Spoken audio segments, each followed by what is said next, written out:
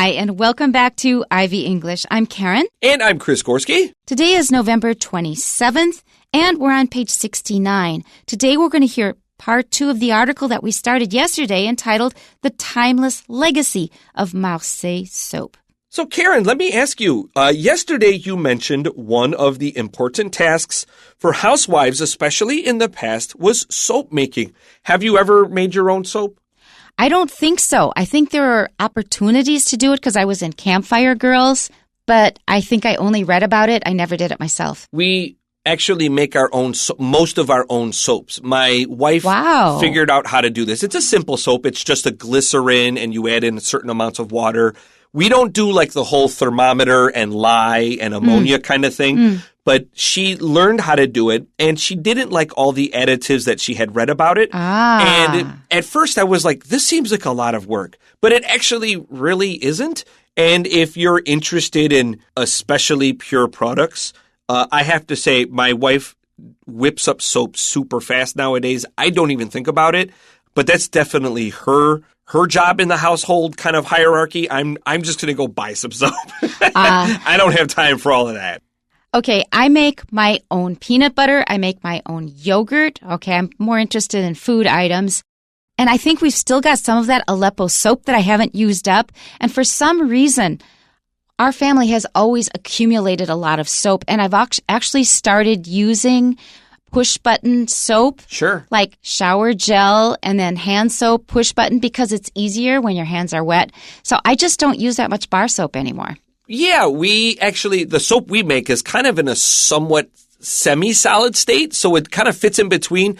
We do have a bar soap, but it's used for just specific purposes. But the soap we make is actually kind of almost a jelly-like consistency, so it still comes out of the little thingy, but you do have to wash that bottle. We actually have a series of bottles so we can rotate them. It's a little easier that way, but it is very easy. And actually, we won't have time for this story, but I just want to put this idea out here. Consider the mini bar of soap you get at your hotel room that you don't end up using. It goes somewhere. It actually gets turned into soap donated to children. If we somehow magically have 15 minutes at the end of today, I'll talk about it, but we won't. But just consider it for a moment. It does actually get put to good use. That's right. Okay, well, let's go to our article. First paragraph.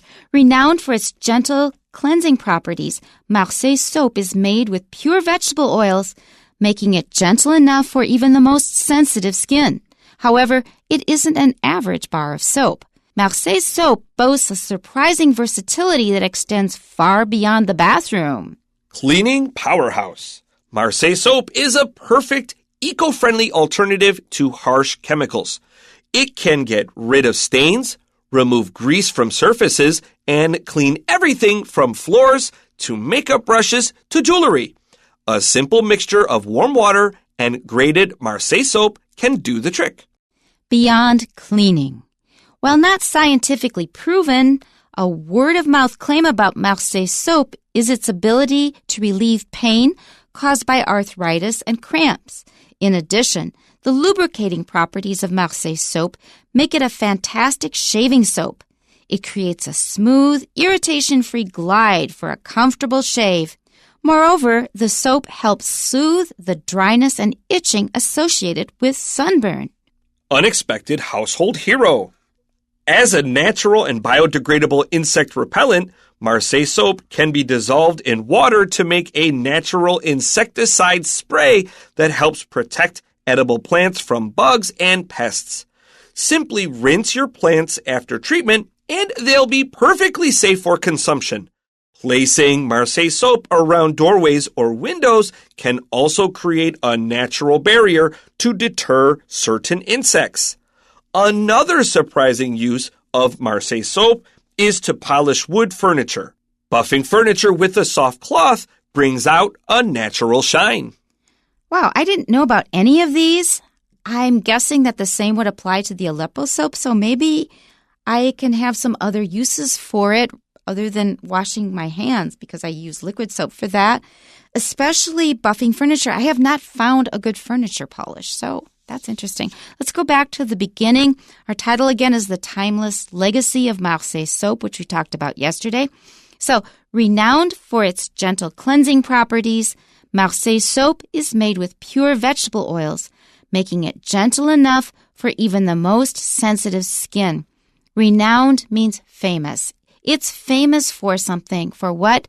For its ability to clean things very, very gently, not harshly, so that it would damage them or irritate, for example, skin. Cleansing is basically the same as cleaning, but cleansing sounds a little fancier. Boy, Karen, your pronunciation is so important here. This is a mistake my middle-level students make all the time. We have two vowels here, EA. We see the word clean, and my students always say cleansing property. I make such a point, and I actually teach it just like the way you said it. Cleansing properties means you clean something. When we clean something, it has cleansing properties. And I overstress the vowels so they can hear it clearly. We have that clean with the long E as opposed to the short E, and I make them write it down every single time. Be careful. This is a very common mistake for some very common words. I give them credit for having good phonics knowledge. I agree. I tell them that too. This is a logical mistake. Yeah. It is a mistake, but we know why you make it. And it's also something that a native speaker might say when they're very young, like when they're in first grade and just learning how to read, they might make the same mistake. But that shows you know phonics, which is very good. So pure vegetable oils rather than animal oils and fats that we were talking about earlier, which are full of impurities that you should try to refine out. It's going to be much smellier. It's going to have a lot of stuff in there that you don't want. But vegetable oil is generally very pure. And it's very gentle because it doesn't have all this other stuff on it. So even if your skin is very sensitive, it probably will be fine with Marseille soap. The next sentence, however, it isn't an average bar of soap. What do you think of when you hear this? It isn't an average bar of soap? I'm not sure. Yogi Bear. It's an average bear. Hey, right. boo-boo. So if you, Boy, I was not expecting that. if you know these cartoons, I don't know if they're still playing or not. You can still find them. I would expect so because they were really popular and they're kind of evergreen. Anybody can watch them and still enjoy them. So he says, not your average bear. I'm almost sure that's what the writer was thinking when they wrote it. That's funny. Yeah, so this made me think of a cartoon bear, Yogi Bear. All right, so it isn't an average bar of soap. It is not just ordinary soap. Marseille soap boasts a surprising versatility that extends far beyond the bathroom. And these next parts really surprised me. I had no idea. So first of all, surprising is interesting because it's got two R's. They're separated by a bunch of other letters. But it is actually a rule that when you have a word like this with two R's, often the first R is not pronounced. So instead of saying surprising, we say surprising. Instead of saying caterpillar, we say caterpillar. So there are a few words that are affected by this rule. This is one of them. Surprising. You don't have to pronounce the first R. Almost all the other R's in English are pronounced in American English. Versatility, that is the noun for the adjective versatile and versatile in British English, versatile in American English usually. It means it can be used for many different things. And I remember when I learned this word from my father. So I think that I said this person can do this, that, and the next thing. Or maybe I said I can do all these things. And he says, oh, you're very versatile. And that's when I learned the word. So that's a great word to know. It's going to be, I'm sure, in a lot of standardized tests in the future. I agree. That is a very useful word. And this phrase is also a good phrase to know. It extends far beyond. So you're reading about something. This says that it doesn't apply to just this one thing. It applies to a whole bunch of other things. It extends far beyond something. In this case, the bathroom. When I say bathroom in American English, we usually think of the toilet, but here they're talking about washing in the bathroom, using a bar of soap to wash your hands or to take a bath or shower. Yeah, okay, so next we have a series of different uses, and they have these little, titles you have to stick in there, so it may sound a little funny. To kind of separate them in your mind, we're going to say them a little differently. Cleaning powerhouse. Marseille soap is a perfect eco-friendly alternative to harsh chemicals. And this is exactly why my wife learned how to make soap. She didn't like these chemicals. She was concerned about their environmental impact. these could burn the skin. And if you're making like traditional soap, like making it like the old school way, like the original way to make soap, with lye. There's a lot of lye, and that is very caustic. It can burn your skin and scar it. You have to be very careful with that stuff. The lye is L-Y-E. That's right. We also have L-I-E, like to lie down or to tell a lie. They all sound the same. Learn the word harsh. Now, don't be harsh, but this is a really good word to use when you're discussing something and you're trying to sound reasonable. So somebody said something that kind of hurt your feelings or sounded just a little bit extreme. You say, that sounds kind of harsh. I agree. It's a softening language that doesn't necessarily put the accusation of being bad on the other person. That a person could feel harsh. It doesn't mean they're a bad person or they're a mean person or they're being vindictive. These are much stronger words that I think would raise a person's defenses. I think harsh is a very useful word here. That means my feelings were kind of hurt. Can we discuss this a bit? And eco-friendly.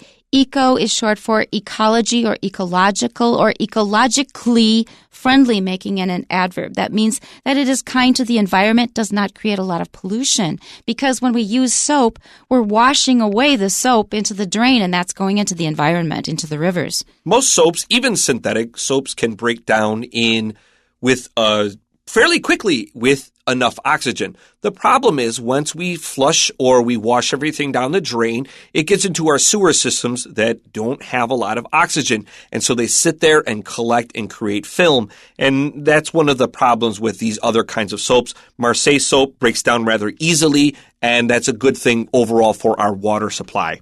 Let's continue. It can get rid of stains, remove grease from surfaces, and clean everything from floors to makeup brushes to jewelry.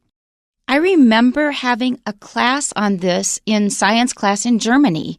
We had just learned how soap works because it's got two ends to the molecule.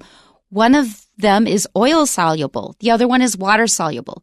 So the oil soluble end picks up the oil, and then the water soluble allows you to wash the whole thing away. So that's how soap works. That's right. And in fact, just a fun little twist of biology, most germs that we want to wash away with our hands, on the very outside of their membrane isn't a lipid layer. It's a fat layer, and that fat layer is an oil, and the soap can also bond to those germs, and that's why washing your hands thoroughly can get rid of germs that we don't want around us. A stain is a mark or a discolor of something that isn't easily removed. It's annoying when you get stains on things, especially your nice white shirt. If you don't know that word, you probably have stains somewhere or another. You can look at it, and now you can always remember that word. So back in grade school, I had this classmate named Portia, and she had this lovely frilly white blouse that she often wore with a blue skirt. And everybody said, "We're going to have spaghetti today." Oh, no. Because every time she wore her pretty white blouse, we had spaghetti for lunch, which is something that it's really easy for you to spill the sauce onto your shirt or a blouse. And if you don't wash it right away, it will often stain. That little tiny dot right here on your chest, you can't not see it. Exactly. Oh, the worst. Exactly. Okay. A simple mixture of warm water and grated Marseille soap can do the trick. I'm going to keep that one in mind. I agree. So when we grate something, we reduce it to small pieces or flakes by rubbing it against a grater, kind of like you would a piece of cheese. Or ice in Taiwan, shave ice. That's right. And when something can do the trick, that is just a colloquial way of saying it can do the job. Very good. Okay, the next box we have here is entitled Beyond Cleaning. While not scientifically proven, a word-of-mouth claim about Marseille soap is its ability to relieve pain caused by arthritis and cramps. Now, fortunately, I don't usually have these problems. Well, usually for cramps, I sometimes do, but arthritis, knock on wood. But I never thought of soap being able to help with that. However, there is a little caveat here. They hedge. They say, well, this hasn't been proven, but people say this. So it may not be true, but they're throwing it out there. So when something is a word-of-mouth claim, it means things people tell each other, and usually you trust this person. So if they say it, you're more likely to believe it too. And we know in advertising that word-of-mouth reviews are much more valuable than any TV or review from some some magazine or on the internet, your friend saying, try this, is much more likely to get you to do it. I'm sure the Marseille soap producers love this claim. Arthritis is a disease causing painful inflammation in your joints. That's right. So it's really true that word of mouth is the most effective way to build a business because, like Chris says, you trust that person. If you try to buy a lot of ads on Google or Facebook or whatever, you probably are going to miss the mark.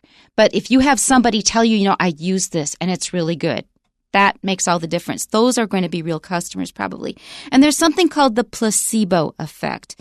Placebo is something that you take thinking that it's a medicine that is effective, but you don't know that it's actually just a sugar pill. So it's possible that this claim about Marseille soap is a placebo effect. They do it and they feel better maybe just because they put warm water on their joint. So we don't know if it's real or a placebo effect. Placebo. Placebo, a placebo effect.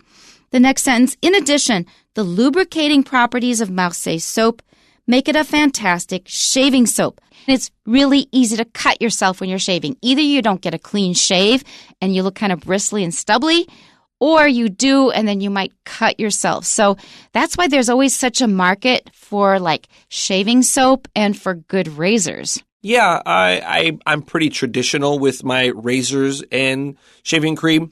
I think as long as you know what you're doing, there's not a lot of danger. But yeah, you do once in a while nick yourself, and it doesn't hurt, but there's a lot of blood. It looks a lot worse than it ever is, and it just keeps bleeding. And it's like, wow, you got blood running down your face, and you look really tough for a while. And you put a little baby bandage over it, and everybody asks you about it. I just let it bleed and look tough. Oh, okay. So it's good for shaving, nice and smooth. It creates a smooth, irritation-free glide for a comfortable shave, and that's pretty self-explanatory. Glide is a nice word here. So a smooth, quiet, continuous motion. Sort of like skating over ice. Yes. Moreover, the soap helps soothe the dryness and itching associated with sunburn. And that's something good to keep in mind, but absolutely avoid sunburn. It will really age your skin fast, and worse yet, it can lead to skin cancer. So please, even if you're a darker-skinned person, avoid too much sun. It is really dangerous. Unexpected household hero. As a natural and biodegradable insect repellent, Marseille soap can be dissolved in water to make a natural insecticide spray that helps protect edible plants from bugs and pests. Now, I actually read this sentence and I double-checked it. I said, is this a mistake? So we have repellent and insecticide. So an insect repellent is a product used to keep bugs that we don't like away. And an insecticide is something that will kill the bugs. Usually they kind of do one or the other. It kills the bugs or it keeps them away. And so I checked this, and sure enough, Marseille soap is both a repellent, keeping them away, and an insecticide. It also kills them. But you've got an important instruction in the next sentence. Let's see. Simply rinse your plants after treatment, and they'll be perfectly safe for consumption. So if it repels insects and can also kill them, it's probably not so good to ingest it. That means to eat it yourself. So in order to protect your food, to make it safer, you have to make sure you wash it thoroughly. Okay, our next sentence. Placing Marseille soap around doorways or windows can also create a natural barrier to deter certain insects. I like that idea. Yeah, it doesn't hurt them. If I find a bug in my house, especially one I don't want, if it's just like some little crawly bug, I don't care. If I find something I don't like, I actually take it outside. I don't kill it. So the idea of not letting them in my house in the first place is really nice for me. Exactly. Okay. Let's continue. Another surprising use of Marseille soap is to polish wood furniture. Now that one surprised me, and this is the most interesting of all for me, because I have tried different products on my furniture. Most of my house is wood. The floor is bamboo. A lot of the furniture is wood. And actually, you should be polishing it, but I don't like the products that I've tried. I tried regular vegetable oil, and then you get a thick buildup of oil. No good. Don't do that. I'm telling you. Since then, I haven't used anything, so maybe I could try this. So when we polish something, we make it shine. Our final sentence today, buffing furniture with a soft cloth brings out a natural shine. That makes me think of polishing shoes. We do that at the end when we polish shoes, which I don't do very often. So when we buff something, we rub it to make a shine. And the word cloth could also be, we could also say a rag, R-A-G. But to me, this word feels very ugly. It's a very common word. You should know it. I never say the word rag. I always say the word cloth. So a dust rag, a cleaning rag. If you want to sound a little more culture and polite, you say a dust cloth. But that sounds a little fancy for me. I agree. It's a little too fancy, but I hate the word rag. Rag. Yeah, it has some negative associations. We have some questions for you. So the first one from A to F below, choose the incorrect statements about Marseille soap's history. So I can tell you ahead of time there are going to be 2 incorrect statements, which will be the correct answer to the question. And the first incorrect statement is B. Marseille soap has its origin in the French city of Marseille. That's not true. They got the idea from Aleppo, Syria. And the other incorrect statement, which makes it a correct answer, is F. In 1688, King Louis XIV required soap producers to inscribe ingredients on their soaps. That was not true. It could be Louis XIV, that's more French. But to inscribe means to carve into, and it didn't say anything about that. It's wrong, so it's right. It's wrong, so it's right. All right, for numbers 2, 3, and 4, please fill in the blanks with the information about Marseille's soap's uses contained in the Day 2 passage. We have a table and a sentence with a blank. You have to fill in the blank. So the first one says, for cleaning, blank warm water with Marseille soap pieces to remove stains and grease as well as clean dirty objects. And the answer is mix. Our next one, for household. Marseille soap water not only keeps pests away from the plants you'd like to blank, but frees your house from insects. And this answer is either eat or consume. You want to eat these, but the bugs can't. Like, for example, lettuce. Okay, other uses, painful cramps and mild sunburns may be blanked by Marseille soap. And the answer is either relieved or soothed. And that is it for today. Tune in next time. We'll see you then. Bye-bye. Bye-bye.